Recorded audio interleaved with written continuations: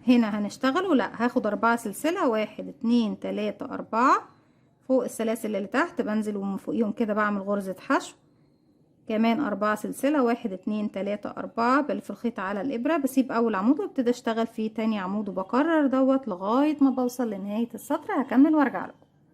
رجعت لكم تاني وزي ما احنا شايفين بنفس الشكل دوت بتكون وحدتنا. هبتدي بقى فوق اول غرزة اشتغلتها بروح بردك اقفل بغرزة منزلقة. السطر اللي جاي بيكون تقريبا تكرار السطر اللي فات مع الاختلاف طبعا في المكان السلاسل هنا ان بيزيد عندي فراغ. هنبتدي نمشي بمنزلقة على تاني غرزة عفوا، وبعد كده ابتدي ارتفع سلسلتين 1 2 وهما لا شيء، هما بس مجرد سنادة، وببتدي في اول فراغ هو اللي قفلت بيه وارتفعت فيه سلسلتين اشتغل اول عمود عندي. كده 1 وكل عمود يقابلني فبشتغل فوقيه عمود زيه، 2 3 4 5 وهرجع داخل السلاسل الزاوية التلاتة بشتغل عمودين 3 سلاسل عمودين زي كل زاوية تحت، 1 2 عمود، 1 2 3 سلسلة كمان مرة في نفس الفراغ، 1 2 عمود.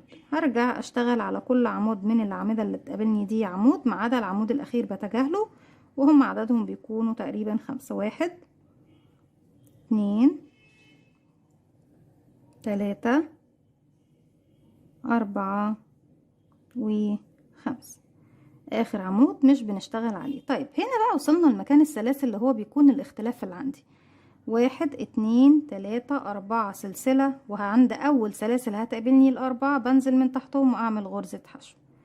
طيب محتاجة 4 سلاسل كمان عشان اروح للمكان ده، تمام، 1 2 3 4 واروح للسلاسل اللي جاية وانزل من تحتها واعمل فوقيها غرزة حشو. طيب علشان امشي من هنا لتاني عمود موجود عندي هنا يبقى بردك 4 سلسلة، 1 2 3 4. المرحلة دي بلف الخيط على الابرة، بسيب اول عمود وابتدي اروح لتاني عمود وابتدي اشتغل. بشتغل بقى على كل عمود عمود لغاية ما بوصل للسلاسل التلاتة، بشتغل عمودين 3 سلاسل عمودين، وعلى كل عمود عمود عمود عمود ما عدا العمود الأخير بتجاهله سكيب خالص، وبعد كده ب4 سلسلة حشو، 4 سلسلة حشو، 4 سلسلة، وبكرر دوت لغاية ما بوصل إلى نهاية السطر بنفس الطريقة. هكمل وارجع لكم نكمل السطر الجديد مع بعض. رجعت لكم تاني وزي ما احنا شايفين بنبتدي نقفل بمنزلقة فوق أول غرزة اشتغلناها بعد ما أخدت طبعا 4 سلاسل قبل ما أروح.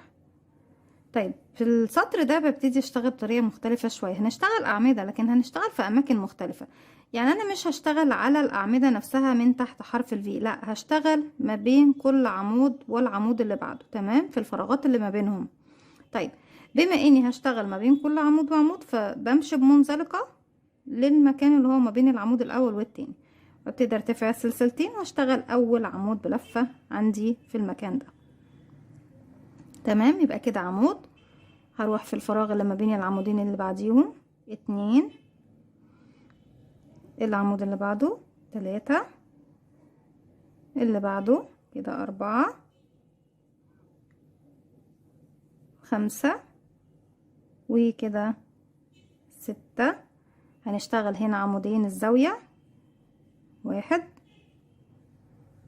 2 3 سلاسل، 1 2 3 وكمان عمودين الزاوية اللي بعدها 1 2. طيب انا عدد الاعمدة دول المفروض يكون معايا 10. احنا اشتغلنا كده 1 2 3 4 5 6 7 8، وهيكون عندي في نهاية السطر على السلاسل الأربعة دول هشتغل كمان عمودين يبقوا 10. طيب تعالوا بردك نبتدي نعد من المجموعة اللي جاية. كل مجموعة فوق الأعمدة لازم يكونوا 10. بيبتدوا منين وبينتهوا فين؟ بيبتدوا من الزوايا، يعني باخد العمودين دول بتوع الزوايا دول وابتدي اعدهم معايا 1 2. هنروح بقى العمود بشتغل من فوق، لا يا بنات من عند ايه؟ ما بين العمود والعمود. يبقى كده ده تالت عمود لان 2 في الزاوية، كده 3 4 5 6 7 واخر فراغ يبقى 8. طيب الاتنين الباقيين يا رندا هيكونوا فين؟ على السلسلتين دول، بنزل من تحت السلسلتين او بشتغل على السلاسل نفسها كده 1 كمان عمود 2. انا كده اشتغلت قد ايه؟ زي ما احنا شايفين اشتغلت 10 عمود بيبتدوا من الزاوية وبينتهوا هنا فوق السلسلتين دول. 4 سلسلة، 1 2 3 4 وهنروح طبعا السلاسل الاربعه دول انا اشتغلت عليهم العمودين ماليش علاقه بيهم خلاص، هروح بقى للسلاسل اللي بعدهم واعمل غرزه ايه حشو. 4 سلسله، 1 2 3 4.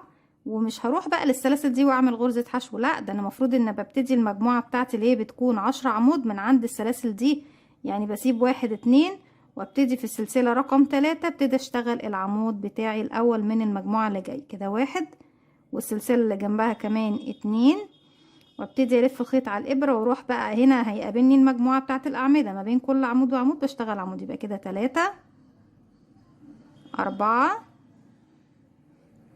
5 6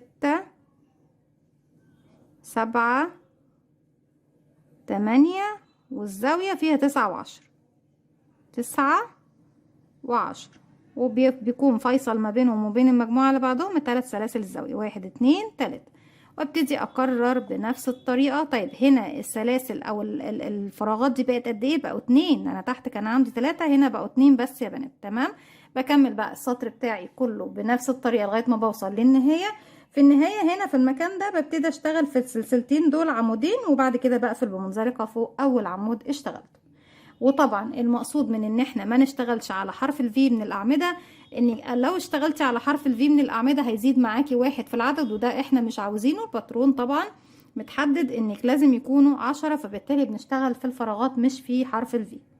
رجعت لكم تاني، وفي نهاية السطر زي ما احنا شايفين اخر حاجة اشتغلتها كانوا العمودين اللي على السلاسل الاخيرة هنا. هروح بقى الاول عمود اشتغلته وبقفل بغرزة منزلقة. ابتدي السطر اللي جاي هشتغل بقى عادي طبيعي جدا فوق كل عمود فوق حرف الفي بشكل طبيعي. السطر اللي فات بس هو اللي كان مقصود ان احنا ما نشتغلش بعدد اعمدة زيادة. هنبتدي نرتفع سلسلتين، وهنا المرة دي هبتدي ادخل داخل الفراغ اللي هو فوق تحت حرف الفي اللي فوق الضلعين على طول. هبتدي اشتغل فوق كل عمود يقابلني عمود زي ما احنا شايفين بالشكل دوت. بيكون معايا في النهاية في كل مجموعة 14 عمود، عمود فوق كل عمود يقابلني. وهنا المرة دي خلاص بنزل في الفراغ العادي لغاية ما بوصل كده للزاوية. فوق الزاوية بشتغل 1 2 عمود، 1 2 3 سلسلة، كمان 2 عمود، 1 2، وهنبتدي العدد من هنا بقى. انا ما برضاش اعد معاكم من المجموعة الاولى لان بيكون تكملتها في نهاية السطر فمش هتكتمل معاكم. نبتدي كده 1 2 ده 3 4 5 6 7 8 9 10 11 12. طيب 12 13 14 فين؟ على السلاسل بردك اللي هي 1 و2 هنا 13 14. طيب عشان امشي من هنا لهنا اروح اعمل على السلاسل دي بردك في اخر سلسلتين هعمل عمودين. هتاخدي كام سلسلة؟ واحدة بس، 1 شين. بعد كده هعد من السلاسل دي 1 2. في رقم 3 ببتدي ادخل اشتغل عمود، ورقم 4 كمان عمود، وابتدي بقى اكمل على المجموعة هنا. يبقى كده دول العمودين دول 1 2 ده 3 4 5 6 7 8 9 10 11 12. في الزاوية 2 يبقى 13 و14. 1 2 3 سلسلة، 2 عمود هيكونوا بداية ال14 اللي هنا. باجي عند السلاسل اللي هنا وهنا دول بشتغل هنا عمودين وهنا عمودين، وفي المنتصف هنا سلسلة واحدة.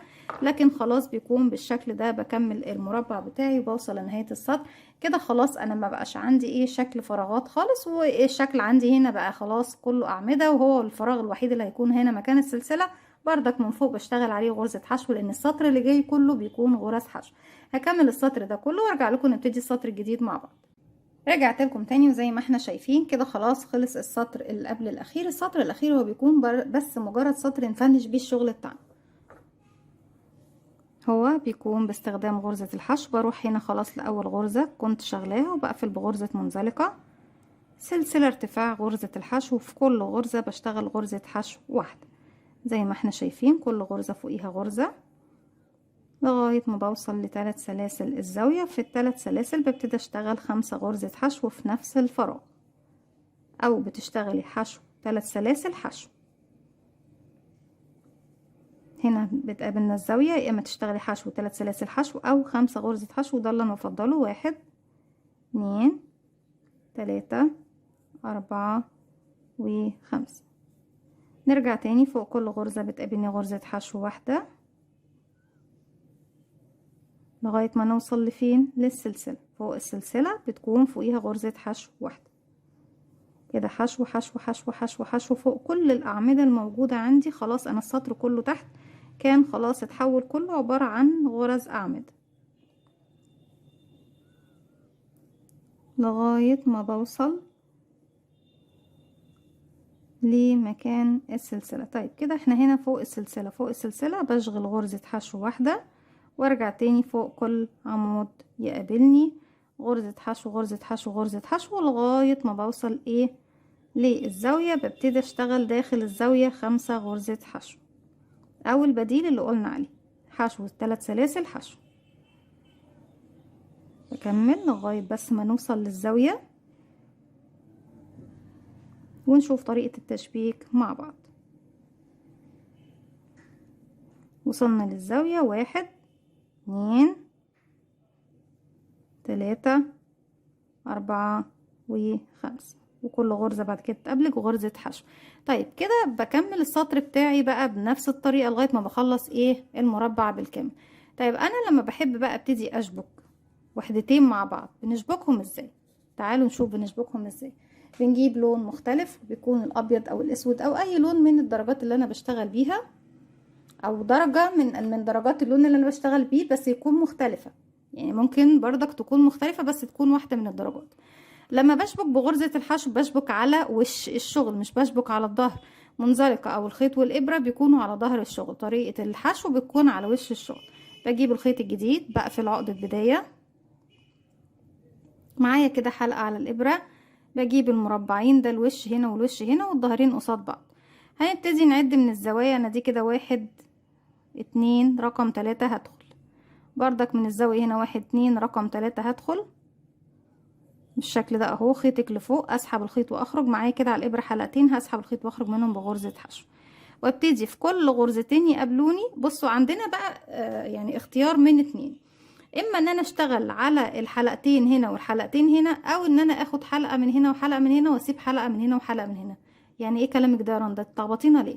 طيب الطريقه الاولى هي اني ادخل تحت حرف الفي الغرزه من هنا، وادخل تحت حرف الفي الغرزه من هنا، يعني تحت الضلعين وتحت الضلعين، واسحب الخيط واشتغل غرزة حشو. تاني بكرر، بنزل تحت الغرزة دي وتحت الغرزة اللي ورايا واسحب الخيط واشتغل غرزة حشو. تمام، بكرر اهو بالشكل ده غرزة حشو فوق كل ايه غرزتين بيقابلوني. بيكون عندي خلاص انا كده شبكت. والبصوا حاول بس ايه نظبط كده اهو ظبطت معانا. بيكون عندي زي ما احنا شايفين كل اللي باين الخط اللي في المنتصف اللي هو ايه غرز الحشو.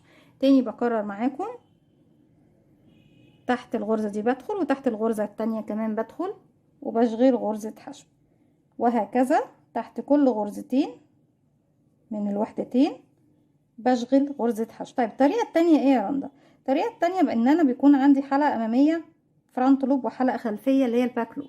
ابتدي بسيب الفرونت لوب دي الاماميه وبروح للخلفيه الباك لوب من الوحده اللي في قدامي. الوحده اللي ورايا عايزه الحلقه اللي قدام الحلقه دي على طول، يعني باخد الحلقه الاماميه المره دي، يعني هنا باخد الحلقه الخلفيه مع الاماميه من الجهه التانية وبسيب الخلفيه. يبقى هنا عندي باك لوب مع فرونت لوب، وبسحب الخيط واخرج من تحتهم واشغل غرزه حشو. تاني بكرر، هسيب الاماميه واروح للخلفيه الباك لوب، هاخد الاماميه اللي هي الفرونت لوب واسيب الخلفيه واشغل غرزة الحشو بتاعتي. حلقة خلفية مع حلقة امامية بشغل غرزة حشو، حلقة خلفية مع حلقة امامية